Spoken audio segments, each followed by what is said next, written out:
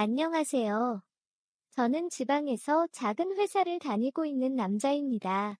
전 직원이 10명 정도 되는 작은 회사이다 보니 각자 직급이 있고 나이도 전부 달랐지만 모두 다 가깝고 친하게 지냈습니다. 그래서 안 바쁜 비성수기 시즌이 오면 다 같이 야유회를 자주 갑니다. 그때도 비성수기 시즌이라 사장님께 허락을 받고 다 같이 2박 3일로 야유회를 갔습니다. 제부도에 있는 펜션으로 갔는데 지하에는 노래방도 있고 조금만 걸어나가면 바다도 있는 곳이었습니다. 회사 업무 특성상 남직원보다는 여직원이 많은 회사였고 여직원들 중에는 싱글도 있지만 결혼한 아줌마들이 더 많았기에 적당히 술을 마시기 시작하면 아줌마 여직원들의 잔소리 및 불만 사항들이 엄청나게 쏟아지기 때문에 사장님은 점심만 드시고 저한테 잘 놀다고 하신 뒤에 먼저 집으로 가셨습니다. 아무래도 직원들 중에서는 제가 나이도 제일 많고 직급도 있어서 항상 이런 식으로 야유회가 진행되었습니다. 직원들끼리 팀을 나눠서 피구도 하고 물놀이도 하면서 오후 시간을 보냈습니다. 그렇게 놀다 보니 슬슬 배고프다는 소리가 나오기 시작했고 자연스럽게 고기도 굽고 회도 먹고 술도 마시면서 그렇게 놀기 시작했습니다.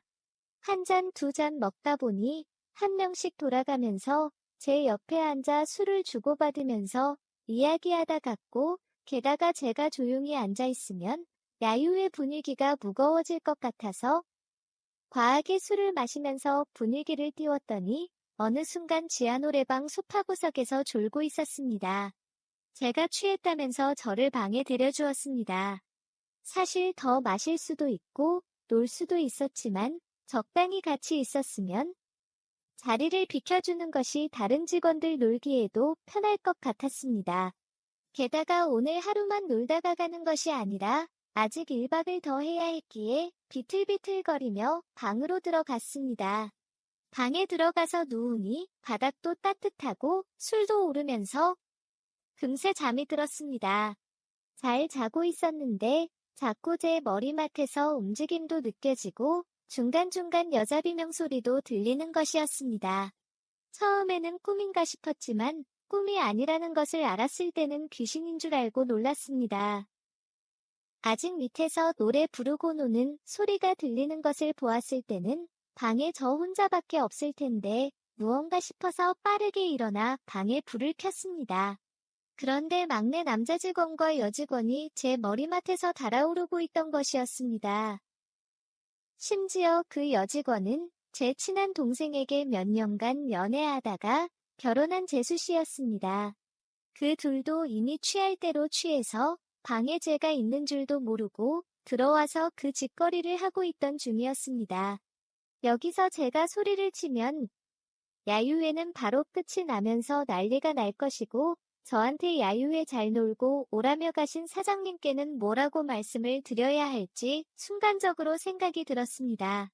어떻게 된 거냐고 그 둘에게 물었지만 횡설수설하면서 헛소리들만 하길래 일단 막내 남자 직원에게 다시는 재수 씨와 이런 짓 하지 말라고 경고를 한 뒤에 다른 방 가서 자라며 제가 있는 방에서 내보냈습니다.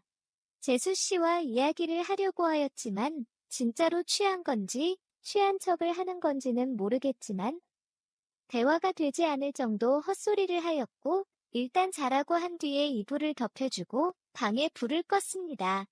아무래도 이 방에 재수 씨와 같이 있는 것은 아닌 것 같아서 방을 나가려고 하는데 갑자기 재수 씨가 제 손을 붙잡으면서 못 나가게 하는 것이었습니다. 그러더니 갑자기 저한테 입맞춤을 시작하면서 마구잡이로 쳐들어오는 것이었습니다. 좀 전까지 달아올랐던 것 때문인지 이미 재수 씨는 정상이 아니었고 조금 접촉이 있어도 격하게 반응하였습니다. 그 뒤로는 이성을 잃은 재수 씨가 알아서 모든 것을 진행하였습니다.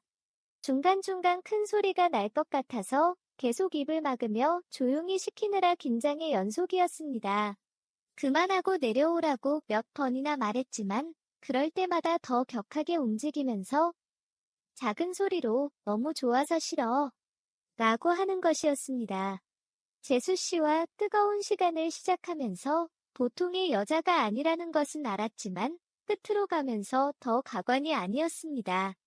아무런 준비 없이 시작된 전투였기에 한계에 다 달았다고 말을 하였더니 갑자기 자세를 바꾸면서 입을 가져와서 격렬하게 움직이는데 1초도 못 버티고 끝을 보았습니다.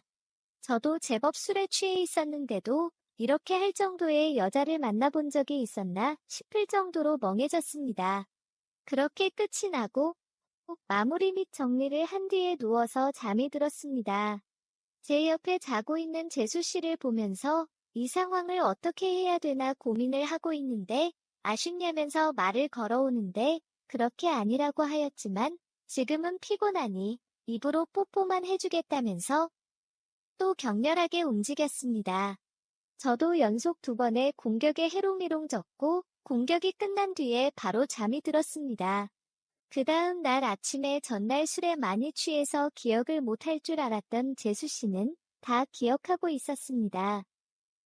그러면서 계속 야유회는 그만하고 둘이 나가서 시간을 보내자고 하였고 결국 저희 둘 다 집에 일이 생겨서 먼저 가게 되었다면서 재수 씨를 데리고 나왔습니다.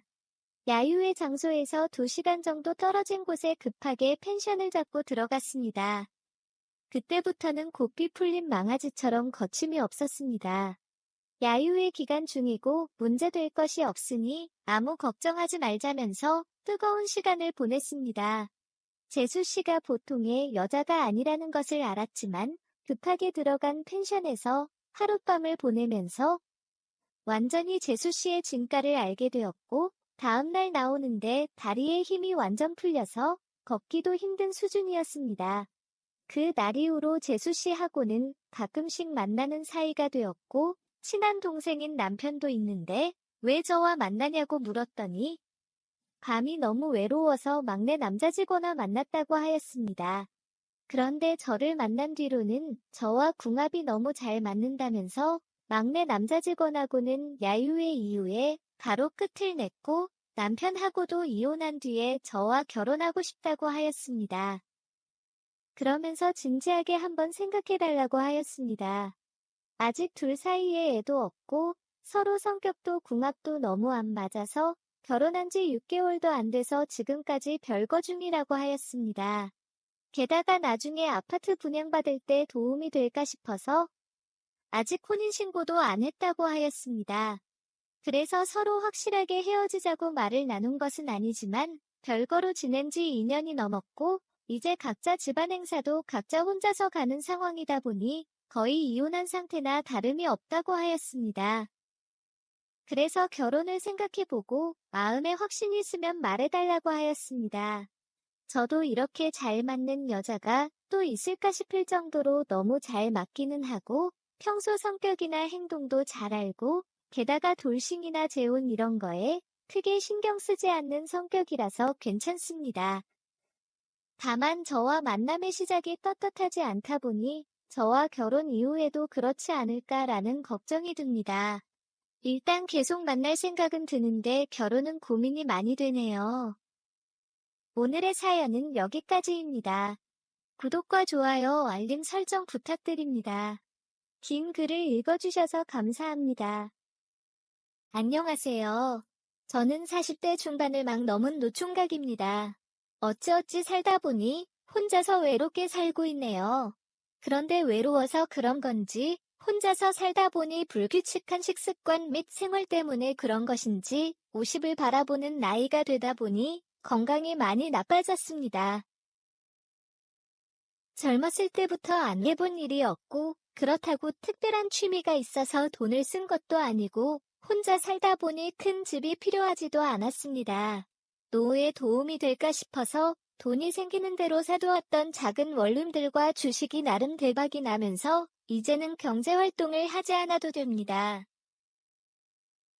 그래서 이번 기회에 다니던 회사도 그만두고 하던 장사도 임대를 주고 어렸을 때 살던 동네로 내려가게 되었습니다. 막상 공기 좋고 조용한 곳을 찾다 보니 어릴 때 살던 고향만 한 곳이 없더라고요. 작은 집은 짓고 다들 10년이 훌쩍 넘어가는 가정 가구들도 다 버리고 새로 장만하였습니다. 그리고 집 앞에 작은 텃밭도 제가 먹을 채소들도 소일거리 삼아서 심었습니다. 아무리 고향이라도 연락하고 지냈던 동창들이 아니었으면 어느 정도 사기도 당하고 고생도 많이 했을 겁니다. 몇십 년 만에 내려온 고향이기에 친구들 이외에는 왕래하는 사람들이 없었고 자연스럽게 친구들 모임이 생기면 다 챙겨서 가게 되었습니다. 생각보다 외롭고 심심하더라고요.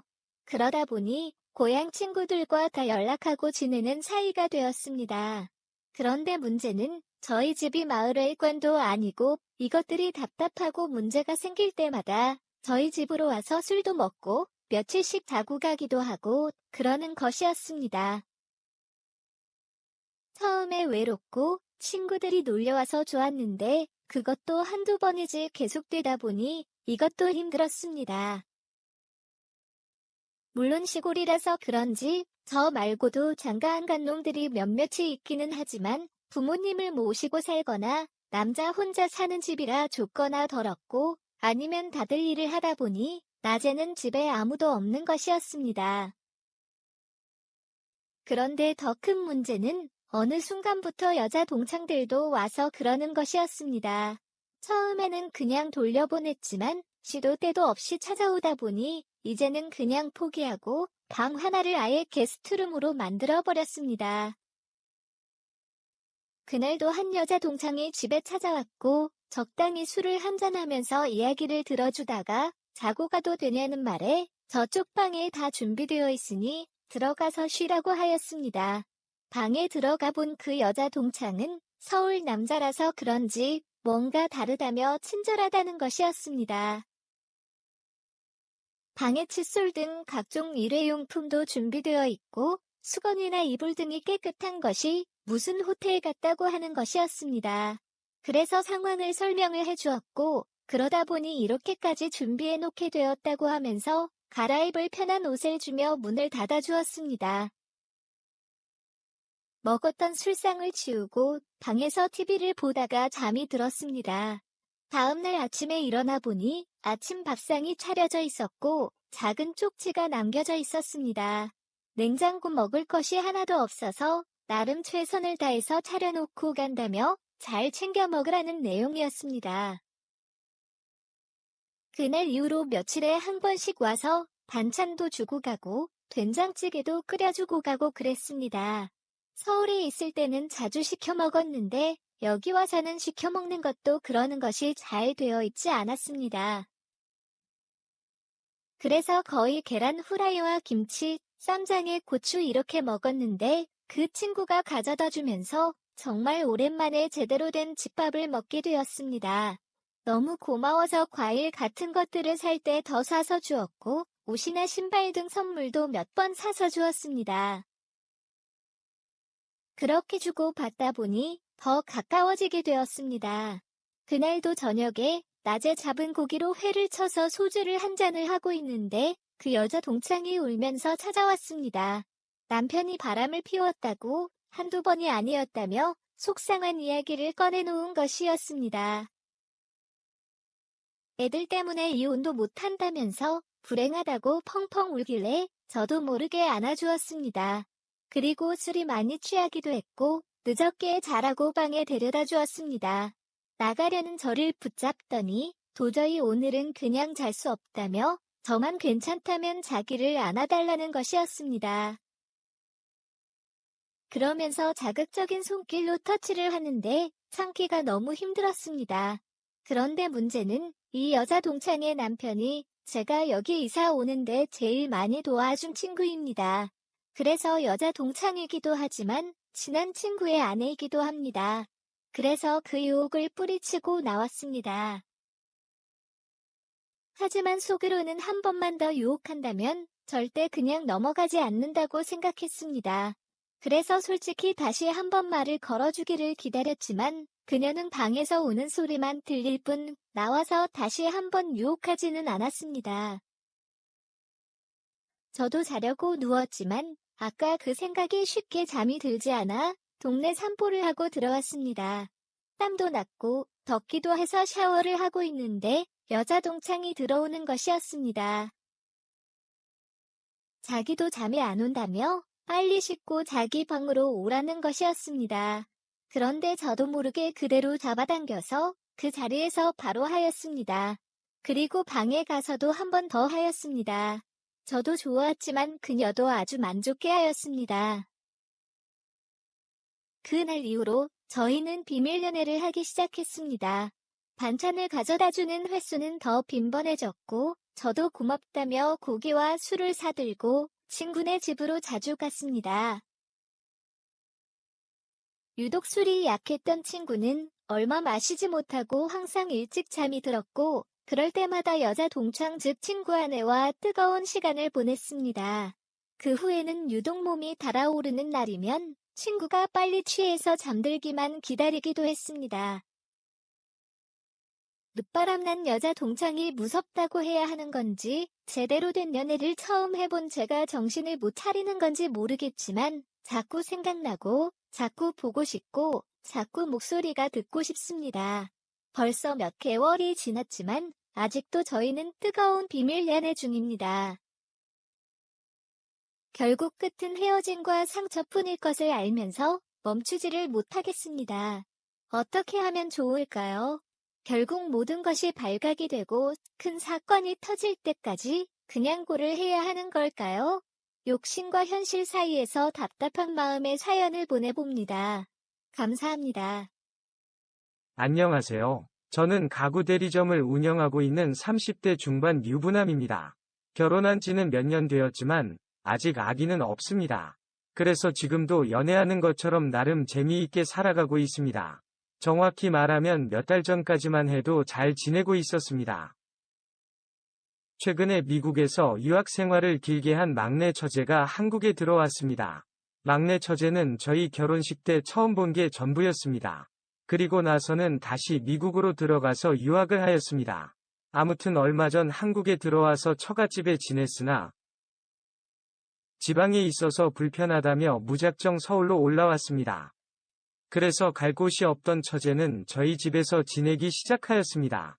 막내 처제와 두 번째 만나는 것이기에 아직은 대면대면하지만 잘 지내보려고 노력하였습니다.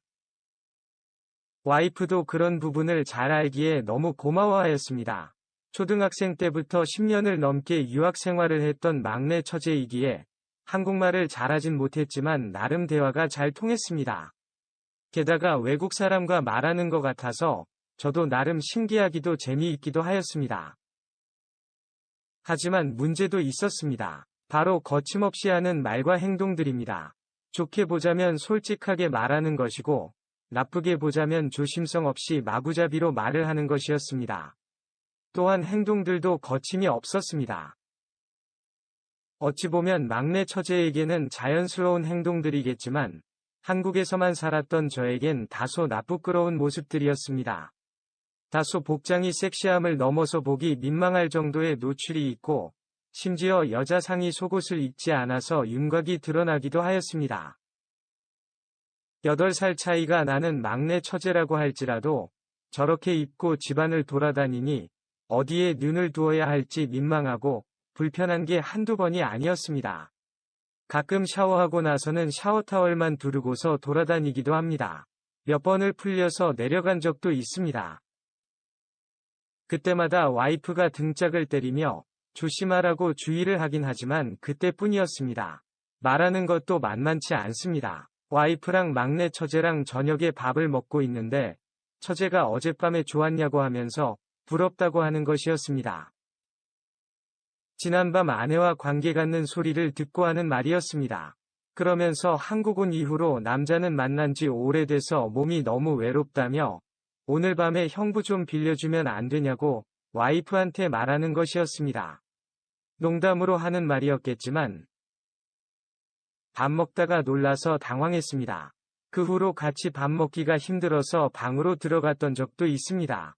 와이프는 막내 처제에게 너 형부가 이런 농담을 웃으면서 들을 정도 유머러스한 사람이 아니라고 조심하라고 말은 하였지만 처제는 농담이 아니라고 실실 웃었습니다.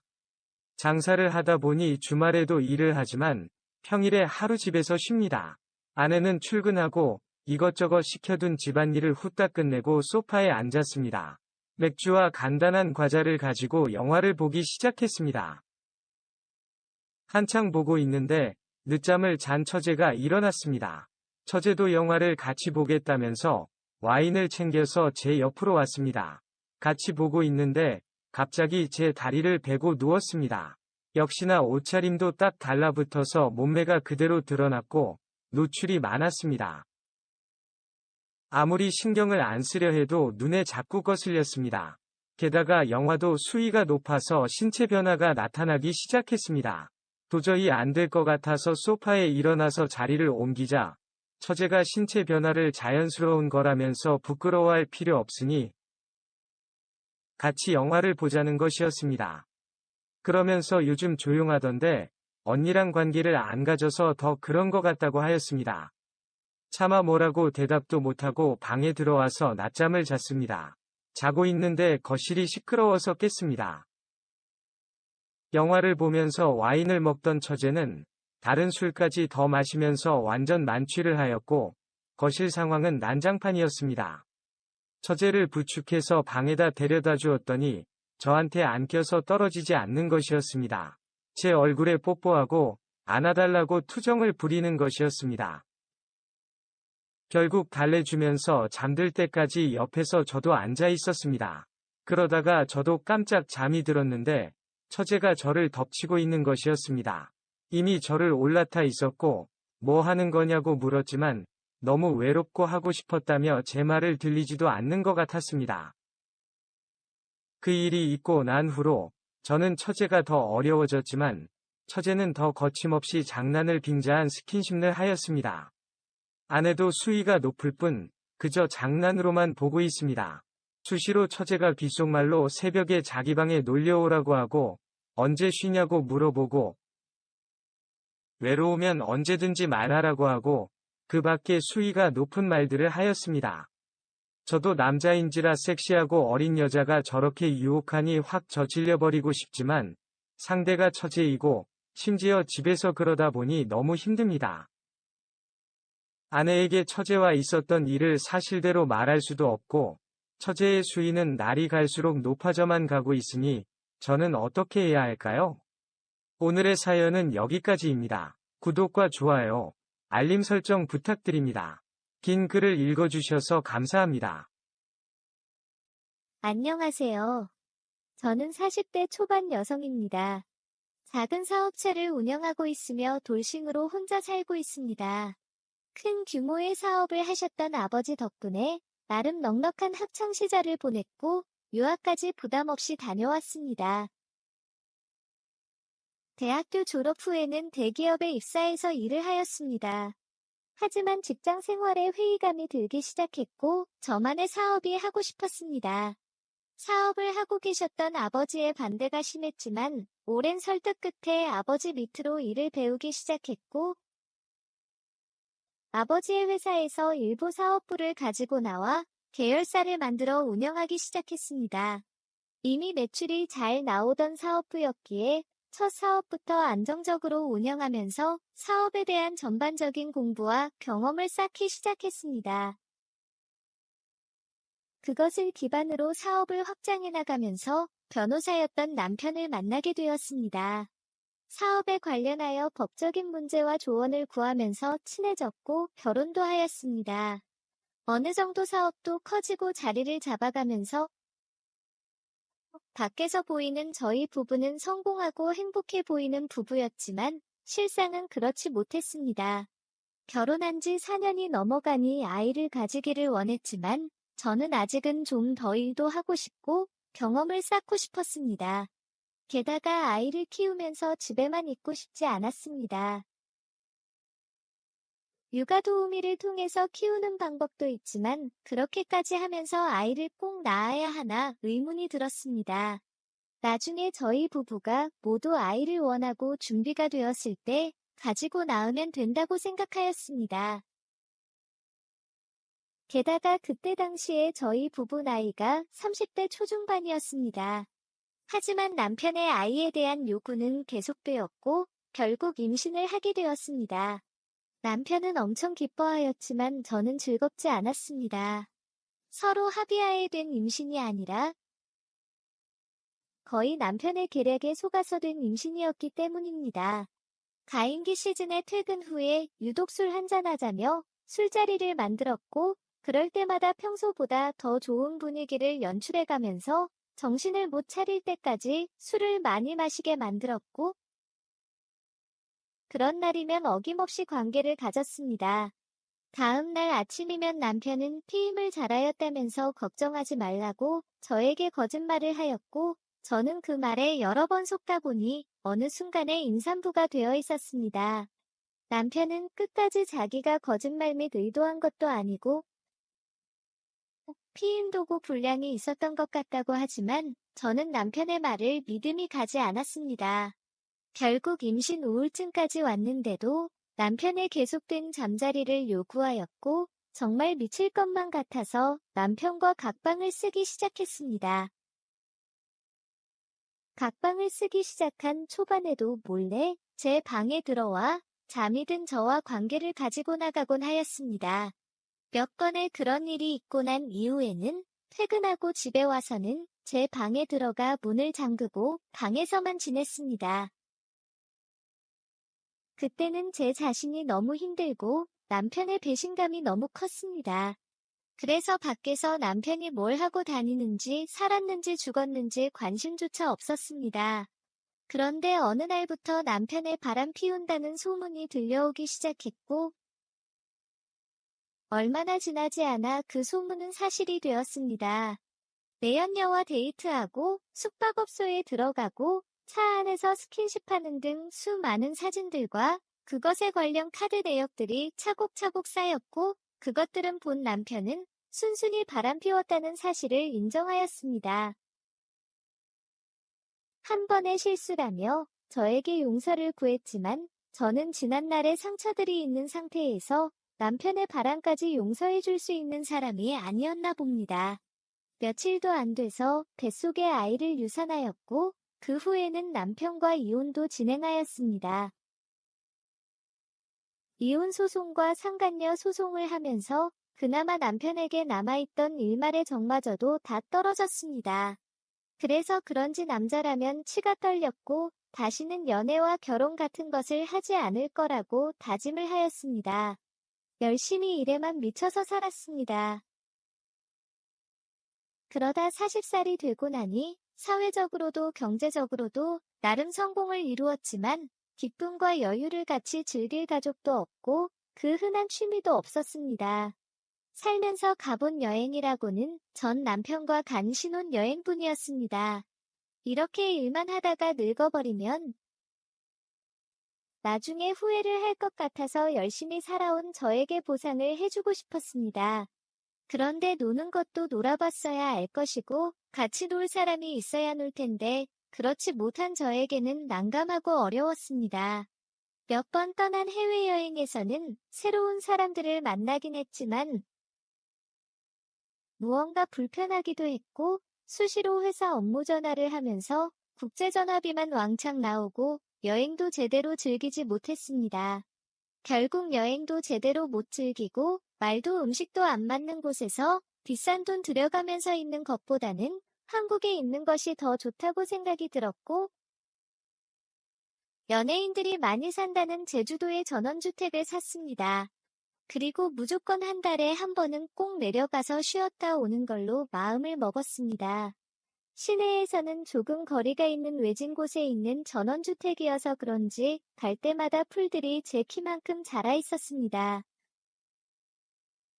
도착해서 풀 베고 청소하고 먹을거리 사려 마트 다녀오면 하루가 끝났습니다. 그리고 다음날 다시 서울로 올라가기 바빴습니다. 비행기를 타고 오니 여행 오는 기분이어서 좋기는 하지만 제주도를 즐기지 못하고 매번 돌아가는 것이 너무 아쉬웠습니다. 결국 큰 마음을 먹고 한 달에 일주일은 제주도에 머물면서 재택근무를 하기 시작했습니다. 서둘러서 업무를 끝내고 나면 구경도 다니고 맛집도 찾아다녔습니다. 그렇게 제주도에서 지내다 보니 자연스럽게 이웃사촌들과도 왕래가 생기기 시작했습니다. 그날도 이웃집에서 바베큐 파티를 한다고 하여서 놀려가게 되었습니다. 오랜만에 사람들과 술도 마시면서 이야기도 하고 어울리다 보니 너무 마음도 편하고 좋았습니다. 그날의 기억이 너무 좋았던 저는 다음번에 제주도 내려가면 제가 파티를 열어야겠다고 생각을 하였습니다. 또 한 달이 지나서 제주도 집으로 내려왔습니다. 마음먹었던 대로 동네 사람들과 파티 약속을 잡고 혼자서 준비를 시작했습니다. 하지만 생각처럼 만만치 않았습니다. 무성이 자란 풀도 베야 하고 각종 장도 봐야 하고 테이블 세팅 등 파티할 장소도 만들어야 하고 먹을 것도 만드는 등 해야 될 것들이 너무 많았습니다. 결국 동네 사람들이 있는 단체 채팅방에 도움을 요청을 하였고 옆집에 살고 있는 남자가 시간이 된다면서 왔습니다. 남자에 대한 감정이 좋지 않았던 저는 그냥 혼자 할 수 있다고 가라고 하였지만 혼자서 어떻게 다 할 수 있냐면서 괜찮다면서 부담 갖지 말라고 하면서 이것저것 알아서 일을 하기 시작했습니다. 막막했던 저로서는 고맙기는 했지만 제 집에 외간 남자와 둘이 있는 것이 너무 불편했습니다. 그런 저를 눈치챘는지 조심히 저에게 혹시 최근에 이혼하셨나요? 라고 물어보았습니다. 너무나 어이가 없던 저는 퉁명스럽게 최근은 아니지만 이혼한 것은 맞다고 하였습니다. 그 남자는 자기도 이혼했고 배우자에 대한 상처가 커서 무작정 여자라면 거부감이 들었던 적이 있었다면서 제가 왠지 그래 보이는 것 같아서 물어본 거라고 하였습니다. 그러면서 본인의 이혼한 이야기와 전 부인에 대한 이야기를 하는데 너무 공감이 되는 것이었습니다. 그렇게 둘이서 한참을 각자 전 남편, 전 부인 이야기를 하면서 일을 하다 보니 준비도 얼추 끝이 나고 동네 사람들도 하나둘씩 오기 시작했고 그날도 즐거운 시간을 보냈습니다. 사람들이 가고 나니 또 해야 할 일들이 산더미였습니다. 조용히 치우고 있는데 집에 갔던 그 남자가 옷을 갈아입고 와서는 같이 치워주는 것이었습니다. 너무 고마웠고 또 이런저런 각자 인생 이야기를 하면서 제법 친해졌습니다. 그러면서 그 남자는 집안에 뭐 고칠 거나 어려운 일 있으면 말해달라면서 연락하면서 지내자면서 제 전화번호를 물어보았고 조금 망설여지긴 했지만 서로의 연락처를 주고받았습니다. 제가 없는 동안에 수시로 그 남자가 와서 망가진 나무 데크와 테이블도 고쳐놓고 풀도 정리해 주었습니다. 그래서 고마운 마음에 양주를 선물로 그 남자에게 주었습니다. 그날 저녁 집에서 쉬고 있는데 그 남자가 좋은 술은 좋은 사람과 함께 마셔야 더 빛이 난다며 안주와 양주를 들고 저희 집으로 찾아왔습니다. 한 잔, 두 잔 마시다 보니 집에 있던 맥주까지 다 마셨고 술이 약하다던 그 남자는 제 침대에 누워서 잠이 들었습니다. 먹었던 술자리를 치우고 거실 소파에 누워 있는데 제 머리는 온통 제 침대에서 자고 있는 그 남자 생각뿐이었습니다. 제 방을 자꾸 왔다 갔다가 하였는데 그 남자가 들어와서 같이 자자고 부르는 것이었습니다. 소파가 불편했다는 말도 안 되는 핑계를 대며 그 남자의 옆에 누웠습니다. 갑자기 저를 와락 안고 자는 것이었습니다. 가슴이 너무 두근거리고 몸이 바들바들 떨렸습니다. 저도 모르게 제 입술은 그 남자 입술에 닿았고 제 손은 그 남자의 아랫도리에 있었습니다. 그 남자도 기다렸다는 이런 저의 행동에 맞춰주었습니다. 그렇게 그 남자와 뜨거운 사랑을 나눴습니다. 몇 년 만에 받아본 남자의 손길은 너무나 뜨거웠습니다. 뜨거워진 저희는 그날 이후로 시간이 맞으면 서로의 집을 들락거리면서 사랑을 나누었고 이렇게 잘 맞는 남자는 처음이었습니다. 현재는 동거를 시작하였습니다. 프리랜서로 일하는 그 남자는 제 일정에 맞춰서 같이 제 서울집에서 지내고 제주도 내려올 때는 제가 그 남자의 집에서 지내고 있습니다. 이혼한 이후로 요즘이 제일 행복하고 하루하루가 즐겁습니다. 가끔씩 이 남자와 결혼하는 상상을 하고 있지만 또 상처가 될까봐 아직은 조금 두렵긴 하지만 언젠가는 이 남자와 결혼하고 싶습니다. 앞으로 어떻게 될지 정해진 것은 없지만 서로의 상처를 보듬어주면서 잘 지내겠습니다. 새로운 사랑을 시작하는 저희를 응원해주세요. 감사합니다. 오늘의 사연은 여기까지입니다. 구독과 좋아요, 알림 설정 부탁드립니다. 긴 글을 읽어주셔서 감사합니다. 안녕하세요. 저는 서울 살고 있는 20대 후반의 남자입니다. 대학은 지방에서 나왔지만 열심히 준비한 덕분인지 운이 좋았던 것인지 서울에 있는 회사로 취업하게 되면서 서울에 살게 되었습니다. 서울에 연고지가 없었던 저는 자연스럽게 누나의 집 근처에 원룸을 구했습니다. 누나는 저보다 4살 나이가 많고 결혼한 지 7년 된 유부녀입니다. 결혼하고 몇 년간은 직장 생활을 하면서 임신을 준비하였지만 잘 되지 않았습니다. 그 후로는 직장도 그만두고 임신을 준비했습니다. 인공수정, 시험관까지 안 해본 것이 없습니다. 매형이 누나보다 6살이나 많기도 하지만 3대 독자라서 사돈 어르신들이 손자를 간절히 기다리시는 것 같습니다. 그러다 보니 자연스럽게 누나도 엄청난 스트레스를 받는 것 같았습니다. 그래서 평일에 쉬는 날이면 집에서 혼자 있는 누나를 불려서 같이 밥도 먹고 커피도 마시면서 이야기도 많이 나누고 스트레스도 풀어주려고 노력합니다. 아무래도 주말은 매형과 같이 있다 보니 부르는 것이 다소 눈치가 보였습니다. 물론 저도 주말에는 쉬면서 저만의 시간을 보내고 싶습니다. 아무튼 주말에 아무런 연락도 없이 누나가 저희 집으로 왔습니다. 평소 같았으면 미리 연락을 했을 텐데 그냥 무작정 쳐들어왔습니다. 나도 여자와 데이트하고 할 수도 있는데 이렇게 오는 것은 비매너라고 장난치듯이 말을 했더니 진지하게 할 말이 있다며 앉아보라는 것이었습니다. 이 누나가 뭘 말하려고 이렇게 분위기를 잡는지 의심하면서 앉았습니다.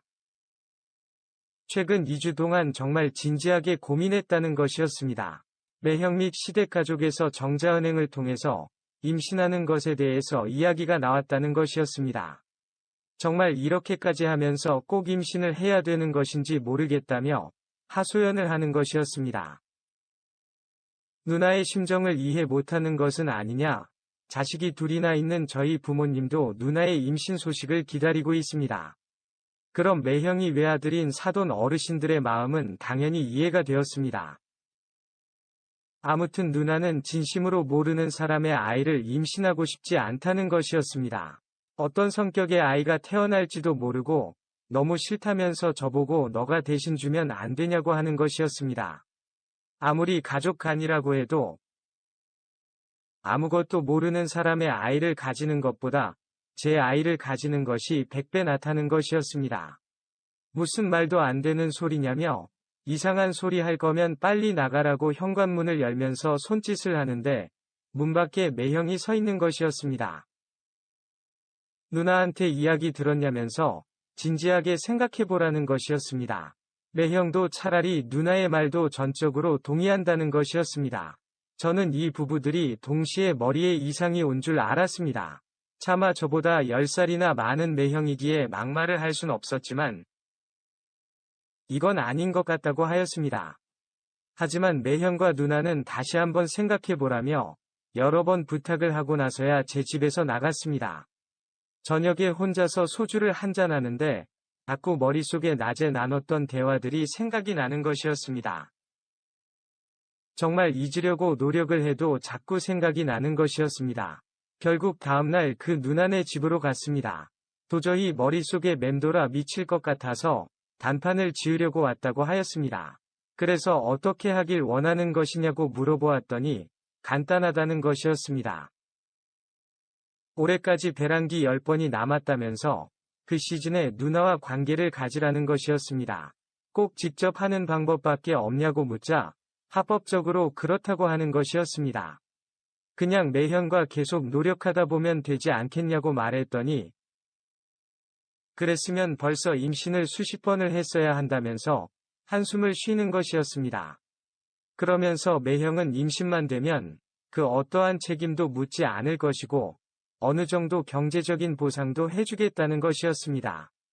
경제적인 보상을 바라고 이야기를 하려온 것은 아니었지만 30평대 아파트를 사주신다는 말에 깜짝 놀랐습니다. 서울에서 30평대 아파트면 제가 평생 저축해도 못 사는 금액대입니다. 한참을 이런저런 이야기를 나누고 나서 결국 그렇게 하기로 서로 각서를 썼습니다. 당연히 임신이 되면 매형과 누나 사이에서 자연스럽게 임신이 된 걸로 하기로 하였습니다.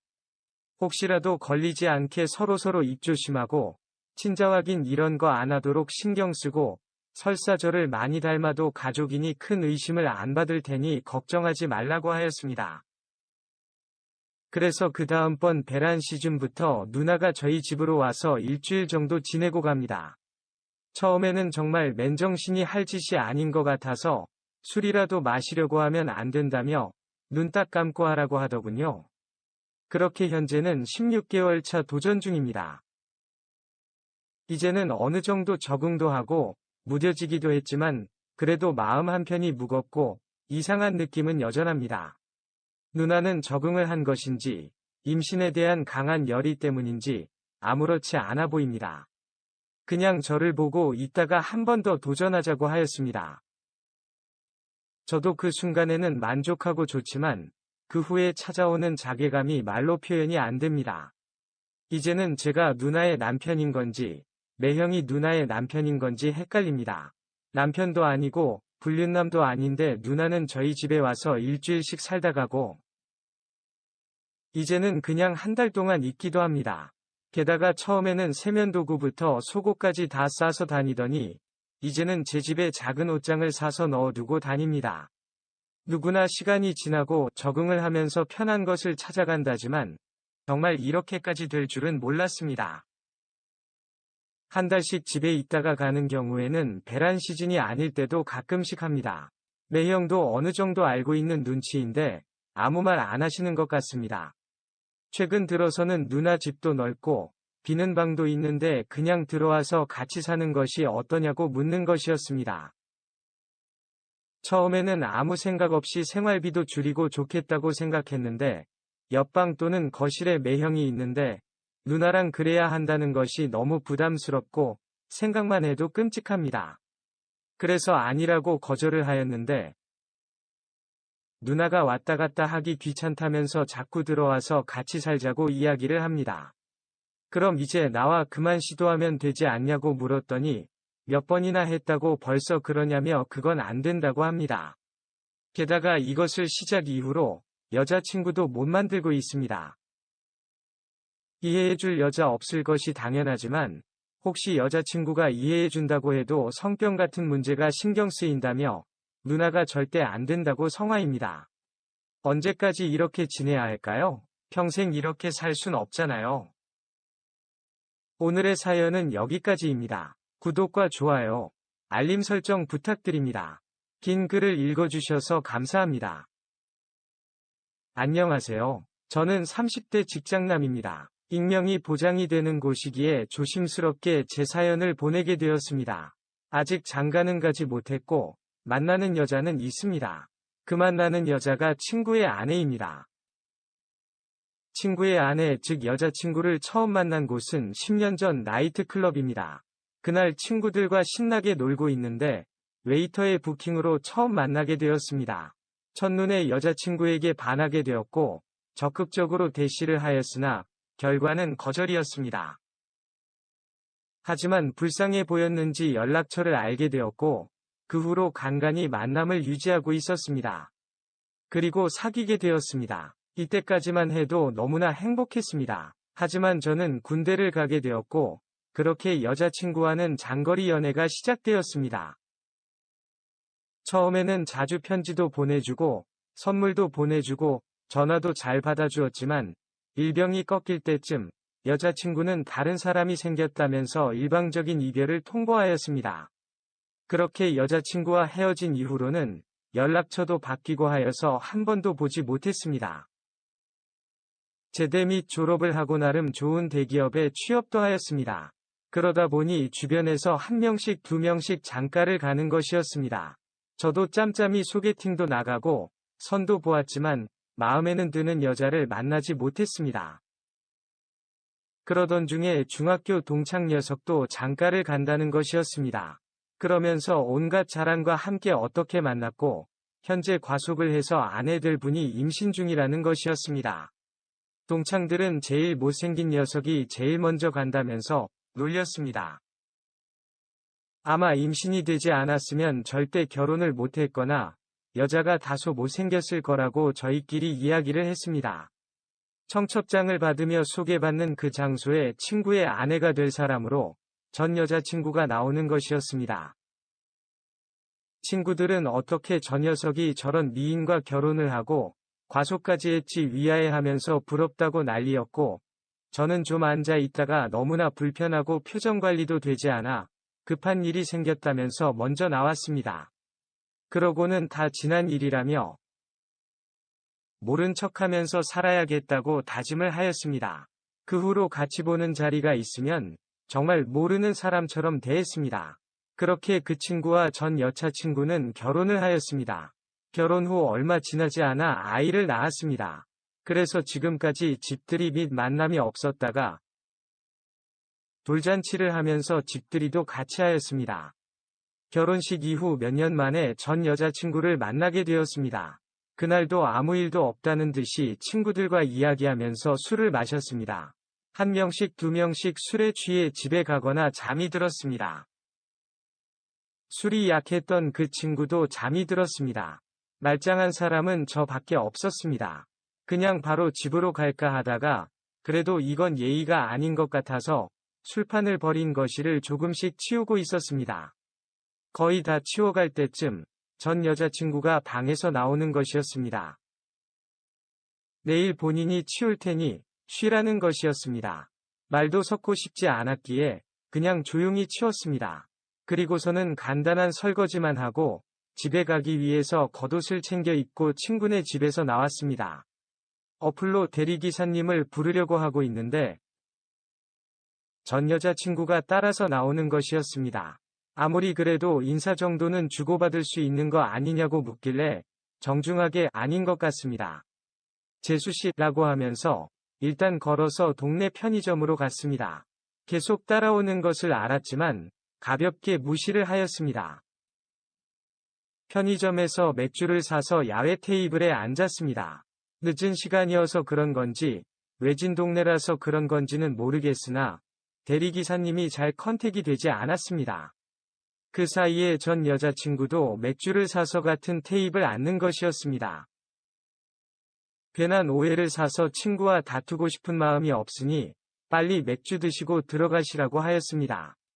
지난 일은 너무 미안하다고 사과를 하길래 무슨 소리 하시는 것인지 모르겠다고 하고서는 지나가는 택시를 붙잡아서 타고 집으로 갔습니다. 차는 다음 날에 가서 가져왔습니다. 아무 생각 없이 집으로 도착해서 내리는데 차 와이퍼에 작은 편지가 꼽혀 있었습니다. 전 여자친구가 쓴 편지였습니다. 나름의 이유와 함께 미안하다는 사과의 내용이 적혀 있었습니다. 그러면서 마지막에 연락을 달라며 전화번호도 적혀 있었습니다.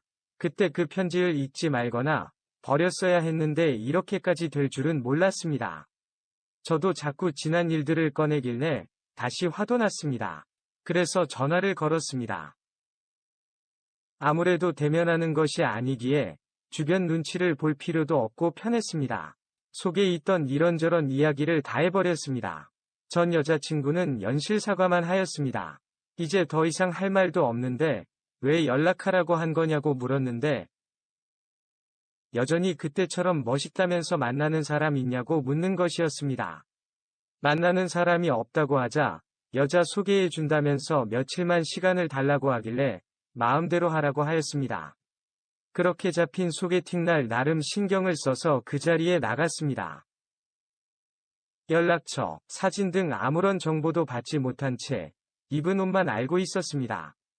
나름 설레기도 하고 재미있다고 생각하면서 만나기로 한 카페 안으로 들어갔더니 전 여자친구가 그 옷을 입고 앉아 있는 것이었습니다.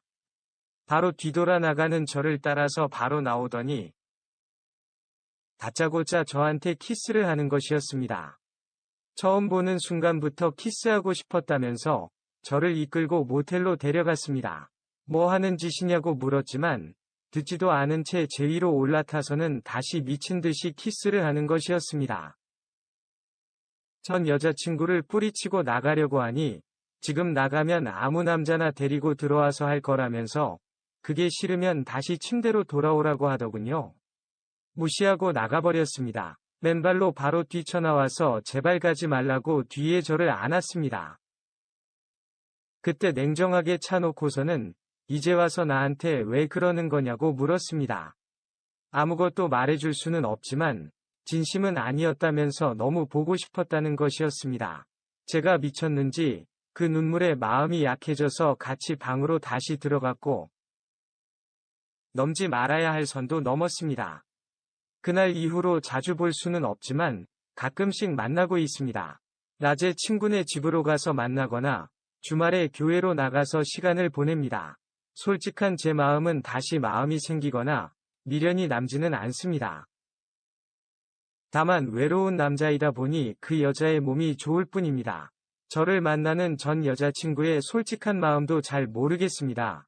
저에 대한 마음이 생겼다 해서 어떻게 할 수 없는 건 사실이니까요. 그래서 그냥 파트너로서 만나고 있습니다. 쓰레기라고 저를 비난하실 수도 있지만 지금은 일단 만나서 회포를 풀고 싶습니다. 오히려 제가 만나는 여자가 생기기 전까지 이 만남이 깨지지 않기를 바랄 뿐입니다. 오늘의 사연은 여기까지입니다. 구독과 좋아요, 알림 설정 부탁드립니다. 긴 글을 읽어주셔서 감사합니다. 안녕하세요. 저는 30대 중반의 작은 매장을 운영하고 있는 남자입니다. 며칠 전에 제 가게에 와서 놀다 간 젊은 대학생 커플을 보면서 갑자기 옛날 일이 생각나서 사연을 적게 되었습니다. 그때는 제가 군대를 전역한 지 2달도 안 되었을 때입니다. 복학까지는 아직 시간이 남아 있었지만 알바도 하고 공부도 하기 위해 학교 근처에 자취방을 구했습니다. 넉넉하지 않았던 가정 형편의 번듯한 오피스텔이나 원룸은 들어갈 수 없었고 다세대 주택을 개조해서 만든 자취방으로 들어가게 되었습니다. 일반 가정집의 방을 나누어서 다른 사람들이 들어와 살았고 화장실과 주방은 공용으로 사용하는 방식이었습니다.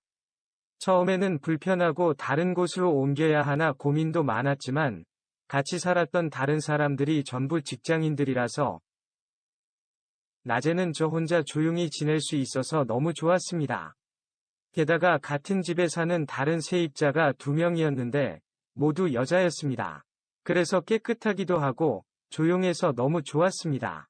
어쩌다 주말에 집에서 얼굴을 보게 되면 막내 동생 같다면서 먹을 것도 주고 생활용품들도 챙겨줬고 가끔씩 치맥도 같이 한 잔씩 하곤 했습니다. 그 두 누나들은 제대한 지 얼마 안 돼서 여자들 사이에서 긴장하고 있는 제 모습이 너무 귀엽다면서 놀리기도 하고 저도 모르게 나오는 군대 말투에 웃기다면서 제 볼도 꼬집으며 정말 친동생처럼 하듯이 저에게 거리낌 없이 스킨십도 하였습니다. 사고 처음 터진 그날은 지금도 생생히 기억이 납니다. 금요일 야간 알바를 다녀와서 씻고 방에서 잠을 자고 있었습니다. 배가 고팠지만 너무 피곤해서 바로 잠이 들었던 것으로 기억이 납니다. 새벽 3시가 넘어갈 무렵에 자취방 누나 중 유독 몸매가 이뻤던 누나가 제 방 문을 열고 들어오는 것이었습니다. 너무 놀라서 깨었는데 누나는 완전 만취해 있었고 큰 소리로 제 이름을 부르다 보니 다른 방 누나도 제 방으로 왔습니다. 저한테 미안하다면서 만취한 누나를 데리고 제 방에서 나가려는데 다 같이 술 한잔하려고 치킨을 사왔다면서 저도 나오라는 것이었습니다. 배도 고팠고 술도 한 잔 생각나는 불금이었기에 편의점에 가서 소주 몇 병을 사서 왔습니다. 다른 방 누나는 새벽에 먹으면 살찐다며 둘이서 먹고 자라고 하면서 자기 방으로 들어갔고 저와 몸매가 이쁜 만취한 누나와 둘이서 치킨에 술을 마시기 시작했습니다. 이미 만취를 해서 그런지 그날따라 유독 저에게 더 매달리면서 끌어안았습니다. 저도 한 잔 두 잔 술이 들어가다 보니 제 몸에 닿는 그 누나의 터치 때문에 심장이 빨리 뛰기 시작했고 침도 꼴깍꼴깍 삼키기 시작했습니다. 그 누나는 제가 긴장한 것을 알았던 걸까요? 어린 놈이 지도 남자라고 긴장한다며 귀엽다면서 제 소중한 곳을 계속 건드리며 장난치는 것이었습니다. 그만하라면서 자리를 일어나는데 실수로 그 누나는 제 바지를 벗겨버렸고 잔뜩 화가 난 제 주니어를 바로 코앞에서 보게 되었습니다. 너무 수치스러워서 급히 바지 올리고는 제 방으로 들어갔습니다. 한참 동안을 조용하다가 거실에서 먹었던 자리를 치우는 소리가 들렸습니다. 나가서 도와줄까 하다가 너무 화도 나고 부끄럽기도 해서 그냥 모른 척 잠을 자려고 누웠습니다. 누워서 뒤척이고 있는데 그 누나가 제 방으로 들어와 제 옆에 눕는 것이었습니다. 뭐 하는 거냐고 묻는 제 입을 손으로 막고서는 제 바지 속으로 손을 쑥 집어넣었습니다. 아직도 화가 나 있는 것을 확인한 후에는 거침없이 진도를 빼기 시작했습니다. 한 번이 뜨거운 시간을 보냈는데도 괜찮냐는 말과 함께 한 번 더 저와 뜨거운 시간을 보내고는 옆에서 잠이 들었습니다. 민망하기도 하고 너무 당황스럽기도 하고 어떻게 해야 할지 고민하다가 피로감에 누나 옆에서 잠이 들었습니다. 자고 일어나니 누나는 제 방에 없었고 저 혼자만 자고 있었습니다. 거실에 나가보니 그 누나는 아침 식사를 준비하고 있었고 잘 잤냐는 인사말에 아무 말도 못하고 고개만 끄덕거리고는 화장실로 들어갔습니다. 다른 방 누나와 같이 셋이서 아침 식사를 하는데 다른 방 누나가 지난밤에 너무 시끄럽고 격렬해서 잠을 잘 못 잤다면서 최소한의 매너는 지키자면서 말을 하는데 제 얼굴이 너무 화끈거려서 같이 밥을 못 먹을 정도였습니다. 몸매가 이뻤던 그 누나는 넉살스럽게 미안하다면서 앞으로는 조심하겠다고 하였습니다. 이 말이 저의 얼굴을 더 화끈거리게 만들었습니다. 앞으로는 조심하겠다는 것은 지난 밤과 같은 일을 또 하겠다는 소리였고 밥이 입으로 들어가는지 코로 들어가는지 모를 정도로 긴장이 되었습니다. 결국 밥을 먹다가 체했고 식은땀을 흘리며 방에 누워 있었습니다. 수시로 구토와 메스꺼움에 지쳐서 잠이 들었는데 누군가 옆에 있는 것이 느껴졌습니다. 그 누나가 놀라지 말라고 하면서 물수건을 해주고 있었습니다.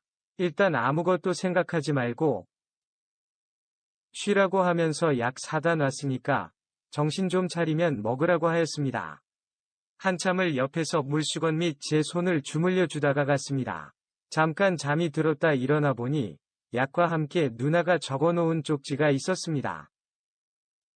이렇게까지 아플 줄 알고 한 말은 아니라면서 미안하다는 사과와 함께 앞으로 진지하게 만나보는 것을 어떠냐는 글이 적혀 있었습니다.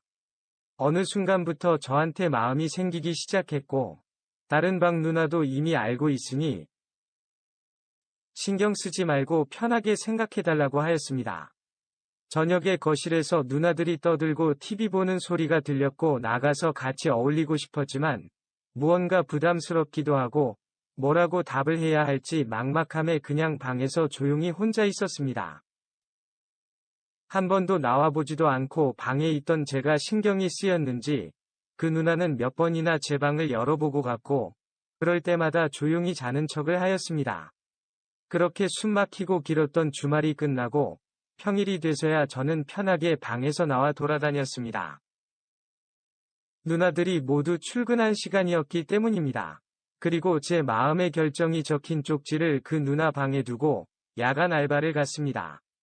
일을 끝나고 집에 돌아오니 그 누나는 제 방에서 자고 있었습니다.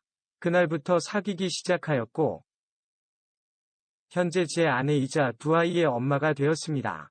사연을 쓰기 전에 아내에게 그때 6살이나 어린 내가 왜 좋았냐고 물었더니 노처녀로 늙어 죽었어야 됐는데 미쳤었는지 제가 귀엽기도 하고 듬직해 보이기도 하고 어린 제가 나름의 목표를 가지고 사는 모습이 멋져 보였다고 합니다.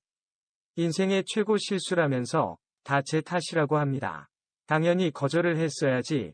나이도 많은 누나가 만나자는데 덥석 만나는 남자가 어디 있냐면서 결론 본인이 저한테 당한 거라고 합니다. 그리고 다른 방 누나하고도 현재까지 연락하고 지내고 있으며 얼마 전에 결혼도 하였습니다. 젊은 대학생 커플을 보면서 10년도 지난 저희 부부 연애 시절이 생각나서 적어보았습니다. 두서없이 적은 긴 글을 읽어주셔서 감사합니다. 오늘의 사연은 여기까지입니다. 구독과 좋아요, 알림 설정 부탁드립니다. 긴 글을 읽어주셔서 감사합니다.